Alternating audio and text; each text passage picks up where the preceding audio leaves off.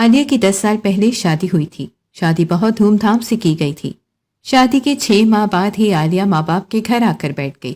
وجہ وہی شکایات جو عام طور پر ہر بہو کو اپنی ساس سے ہوتی رہتی ہیں۔ ماں باپ نے بے وقوفی کی، بجائے اسے سمجھانے کے اس کے شوہر کو بلایا اور الگ گھر کا مطالبہ کر دیا۔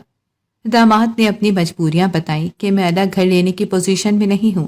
ہاں، میں اتنا کر سکتا ہوں کہ یہ گھر میں الگ ہو جائے، اپنا کھانا پکانا الگ کر لے۔ لیکن عالیہ کے والدین نہ مانے۔ اس کی ماں کہنے لگی کہ ہماری بچی ہم پر بھاری نہیں ہے کہ ہم اسے 2 وقت کا کھانا نہ کھلا سکیں۔ داماد نے بہت کوشش کی، لیکن اس کے ماں باپ نے اسے بھیجنے سے انکار کر دیا۔ عالیہ بھی سوچ کر ماں باپ کے گھر بیٹھ گئی کہ جب عقل ٹھکانے آئے گی تو مطالبہ پورا کر کے خود ہی لینے آ جائے گا۔ لیکن بیچارے شوہر کی اتنی پسلی ہی نہیں تھی کہ وہ الگ گھر کا مطالبہ کر سکتا۔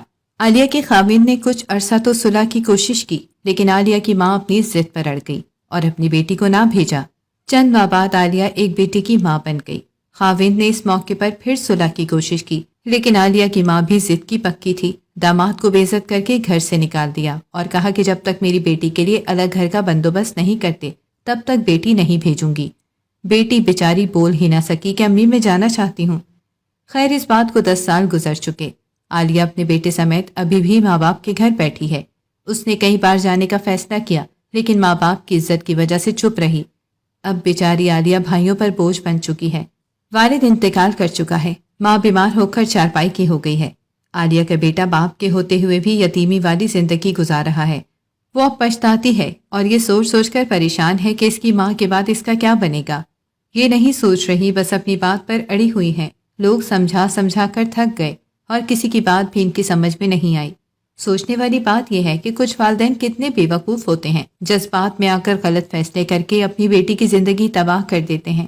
بیچاری ساری عمر بھائیوں کے طعنوں کا نشانہ بنتی ہے اور ذلیل و خوار ہوتی ہے، اور یہ نہیں سوچتے کہ بیٹی کی ضرورت صرف 2 وقت کی روٹی نہیں بلکہ اسے اپنے خاوند کا سہارا چاہیے۔ اس کے بچوں کو اپنے باپ کی ضرورت ہے کہ ماں باپ فیصلہ کرتے وقت جذبات کے بجائے عقل سے کام لیں اور کسی خاندان کو ٹوٹنے سے بچا لیں۔ کچھ بیٹیاں بھی بڑی عجیب ہوتی ہیں، خود کو توڑ دیتی ہیں مگر ماں باپ کا گھمنڈ نہیں ٹوٹنے دیتی۔ اللہ تعالیٰ ہر لڑکی کے والدین کو صحیح سمجھ دے تاکہ اپنی بیٹی کی صحیح پرورش کر سکیں اور ایسے مشکل حالات میں خود فیصلہ لینے کے قابل بنائیں، نہ کہ میکے والوں کے فیصلے کے سہارے ان کے رحم و کرم پر اپنی زندگی گزارنے پر مجبور رہیں۔